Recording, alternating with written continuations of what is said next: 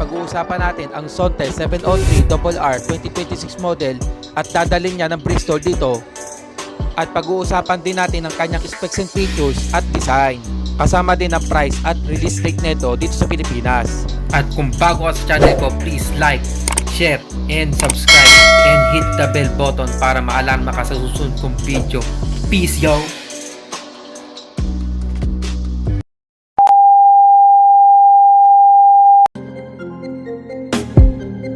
And so we are back mga kabisi. For today's video, ang pag-uusapan natin ang Sonte 703RR ng Bristol. Ito na nga ang tinaguriang tatalo sa mga CF Moto na mga makabagong model na inilabas nila, dahil meron din ang Bristol na nilabas na pwedeng ipanlaban sa CF Moto ng mga paparating na mga modelo. Kagaya nga ng mga inline 4-cylinder at inline 3-cylinder ng CF Moto ang kanilang mga SR variant. At marami nga nakapansin dito ng mga moto vlogger, at di lang yun ay talaga namang namangha sila dito sa unit na ito ng Bristol. Dahil ang 703RR ay talaga naman napakaganda at napakaangas tingnan nito side by side. At marami nga nakapuna dito dahil napakaganda ng kanyang specs and features. Pagdating sa kanyang design ay walang pinagkagayahan. At kaya naman kung isa ka sa naghahanap ng isang sports bike na isang inline 3-cylinder na may halimaw na tunog, ay ito ang nababagi sa iyo.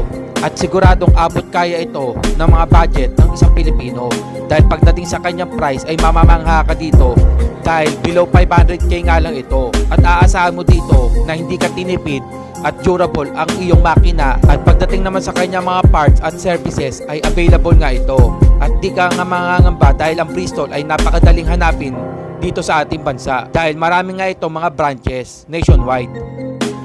Itong unit na to ay isang sports bike, at di lang yon, loaded ang kanyang specs and features. Pagdating sa kanyang price ay mamamangha ka dito.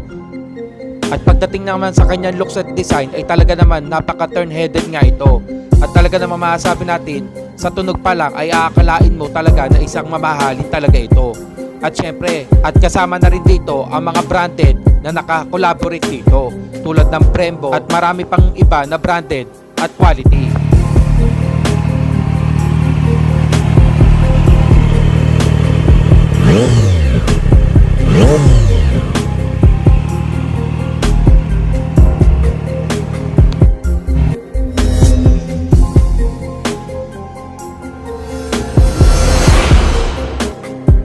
At dumako naman tayo sa kanyang specs and features, dahil meron siyang engine powertrain na engine type 3-cylinder na naka 4-stroke, liquid cooled, naka dual overhead cam, may displacement na 699cc, na may maximum power na 95 horsepower at may maximum torque na 75 Nm of torque.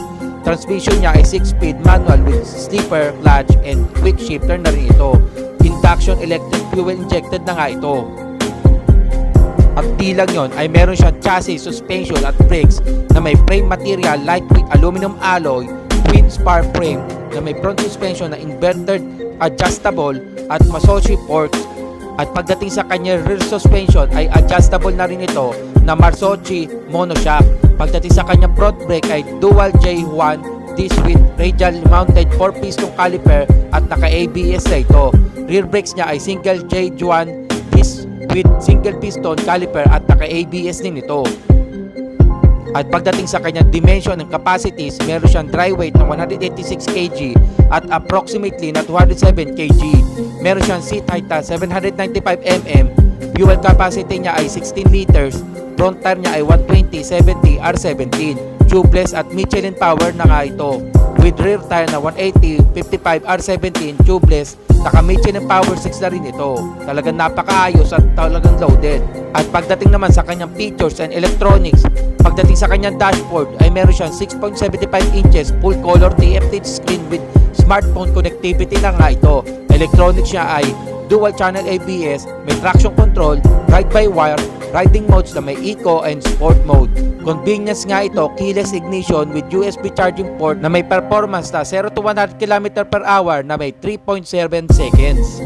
At pagdating sa kanyang checklist, ABS, passing switch, side reflector ay meron. Pagdating sa kanyang engine check warning, meron na rin to, at central locking meron din. At syempre, di mawawala dyan ang kanyang traction control, stability control, at di lang yun, may ABS na nga ito at talagang secure ka at safety ka dito. At para naman sa kanyang overall design at kanyang performance in-road ay maaasahan natin dito ang napakaganda at napakatipid.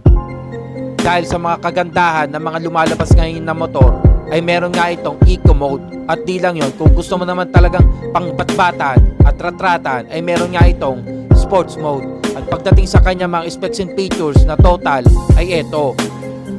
At naka-flash na dito sa ating screen ay makikita natin dito talagang loaded at di tinipid. Pagdating sa kanyang durability ay aasahan natin napakaganda ng mga unit na nilalabas ng isang Bristol.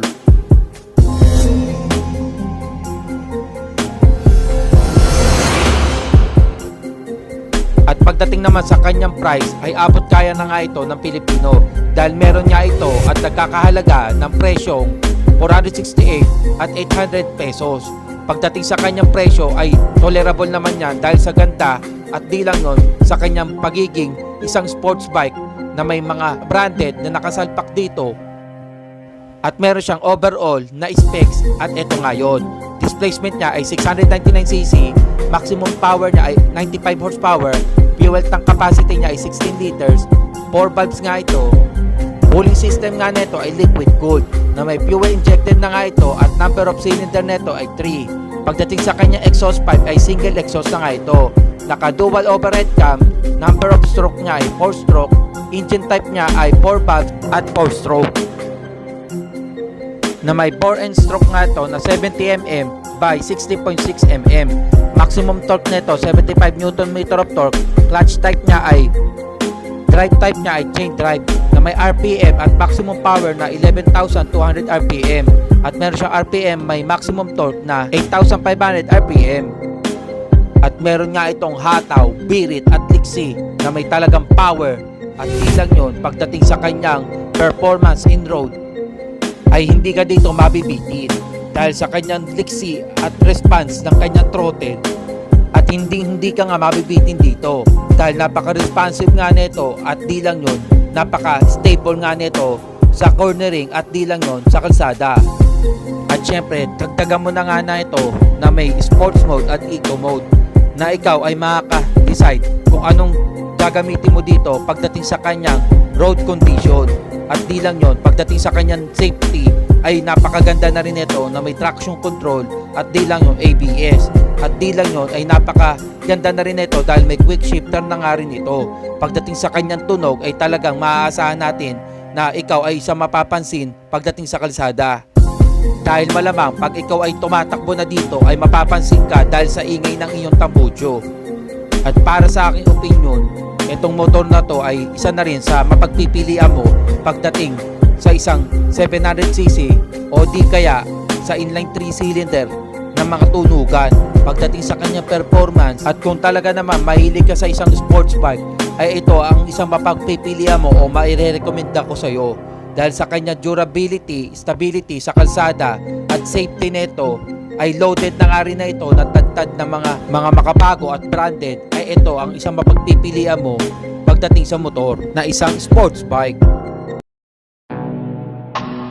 So kung bago ka sa channel ko, please subscribe and hit the bell button para ma-notify ka sa susunod kong video. Peace out!